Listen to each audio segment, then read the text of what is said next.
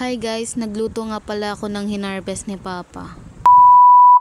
Hi guys, nag-harvest si Papa ng talong and then okra. Yan, fresh from the farm yan. Yan, nilagay ko na siya sa may kaldero na rice cooker. Pero bago ko ilagay, syempre, nugasan ko muna yung talong. And then yan guys, dyan ko kinuha yung dalawang itlog. Hindi na kasi nililimliman ng manok. Yan yung isa naming manok, kasama yung mga anak niya. Then ayun guys, kakatapos lang umulan. And then yan, malapit yan yung yung bayabas. Sa Bicol, bayawas ata yan. Oo.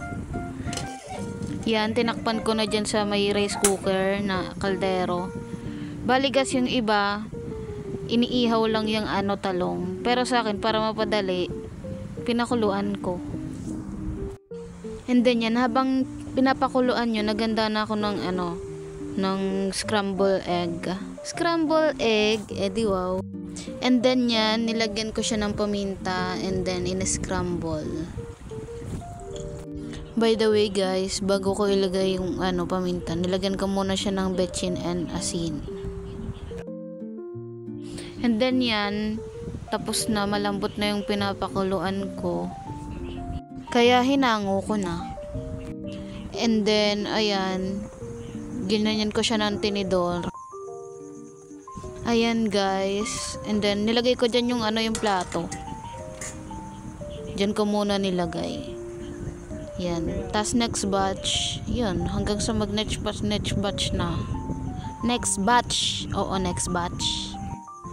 Tapos yan, nilagay ko na dyan yung yung talong or eggplant in English. Ayan. And then binabad ko muna siya para manuot yung itlog dyan sa may talong.